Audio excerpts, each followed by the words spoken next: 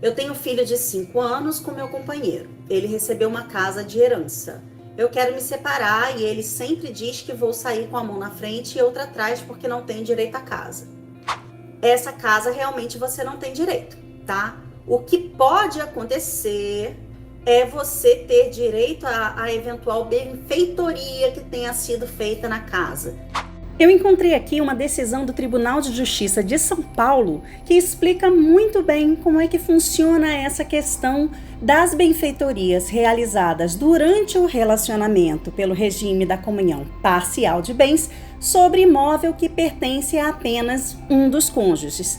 No caso da pergunta que eu estou respondendo nesse vídeo, a gente está diante de um imóvel que foi herdado. Aqui, essa decisão está tratando de um imóvel que já pertencia a um dos cônjuges desde antes do início do relacionamento. Então, são situações diversas, porém, a solução é idêntica, porque nos dois casos a gente vai estar diante de um bem particular de uma das partes.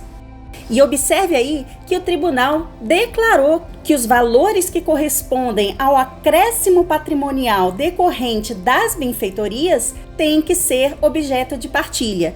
E como é que a gente vai identificar o montante? É através de uma perícia, para poder identificar quanto que vale o terreno, quanto que vale o que existia antes do início da união estável e quanto que custa aquilo que foi construído durante a relação.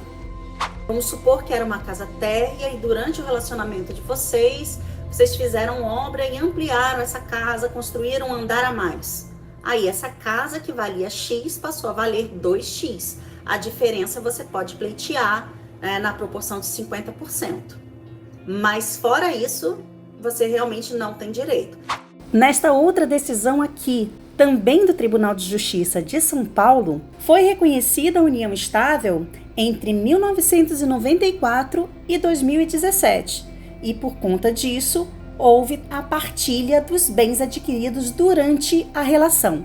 Mas observe aí um detalhe: o imóvel de moradia do ex-casal foi excluído da partilha, porque ele foi adquirido por uma das partes em razão de herança. Se vai sair com uma mão na frente e a outra atrás, depende da existência de outros bens. Se não houver bens comuns, você de fato não recebe nada. Você só tem direito ao que é seu pela regra imposta pela lei, pela comunhão parcial de bens, que é o que foi adquirido onerosamente durante o relacionamento, tá? E o que é receber onerosamente? É pagar pelo que foi adquirido ali. O que é diferente de herança, porque a herança a gente não paga, a gente simplesmente recebe. É o que a gente chama de aquisição a título gratuito. E para finalizar, uma decisão do Tribunal de Justiça do Distrito Federal. Veja que o tribunal destaca que serão objeto de partilha apenas os bens adquiridos de maneira onerosa. Ele cita ainda algumas exceções, que são aqueles que foram adquiridos durante a relação pela comunhão parcial de bens, porém vieram ou de doação ou de sucessão, que é o mesmo que herança, e ainda os subrogados em seu lugar, que é quando você pega um bem particular e substitui por outro durante a relação. Esses aí, então, não entram na partilha. Voltando aqui, caso esse imóvel seja vendido e o valor integrado ao patrimônio antes que eu me separe, eu tenho direito ao dinheiro da venda após a separação? Se ficar demonstrado que houve subrogação, você não tem direito. Se não houver prova da subrogação, aí você pode pedir para esse dinheiro entrar na partilha. Só que não seria correto da sua parte, não seria ético da sua parte. Porque o fato de a lei ter algumas falhas que permitem que uma pessoa se dê bem em cima de outra, a gente tem a ética, né? Então você está dizendo aqui que ele recebeu esse dinheiro, esse bem por herança.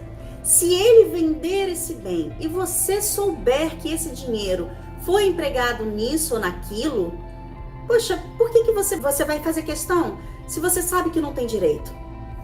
A gente não pode aproveitar as brechas da lei para se dar bem, sabe?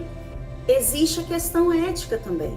Ainda que haja possibilidade jurídica, não é certo. Você vai estar querendo um locupletamento ilícito, que é o termo que a gente utiliza no direito, né?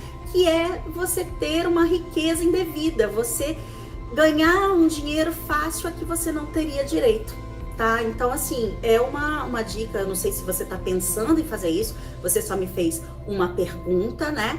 Mas se você estiver pensando em fazer isso, eu sugiro que você coloque a mão na consciência e se coloque no lugar dele, se fosse você.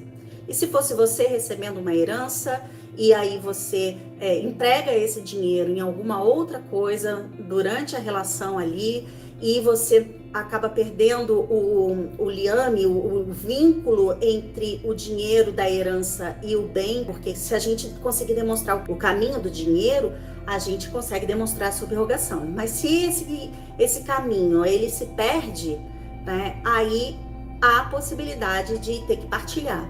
Mas só vai partilhar se você fizer questão do que você sabe que não lhe é devido. Então é por isso que eu estou falando aqui que a gente precisa também, além da legalidade, a gente precisa agir com ética. Porque nem tudo que é legal é moral e nem tudo que é moral é legal, tá bom? Pensa nisso com carinho,